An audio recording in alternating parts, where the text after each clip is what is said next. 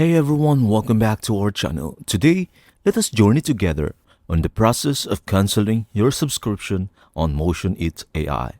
Whether you are switching to a different app or just need to manage your expenses, canceling a subscription is a straightforward task. So, let's get started. First, head over to your MotionIt AI dashboard. Once you are there, look to the left-hand side and click on Account. Under the Your Plan section, you will see an option to open Customer Portal. Click on it to proceed. Inside the Customer Portal, you will find options to either update your plan or cancel it. In my case, I have a Trial Pro plan that I'd like to cancel. To do that, simply click on Cancel Plan.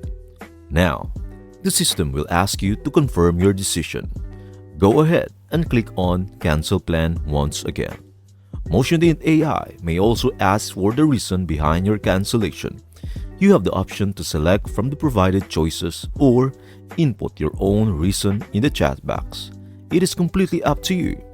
And there you have it. You have successfully canceled your MotionIt AI subscription.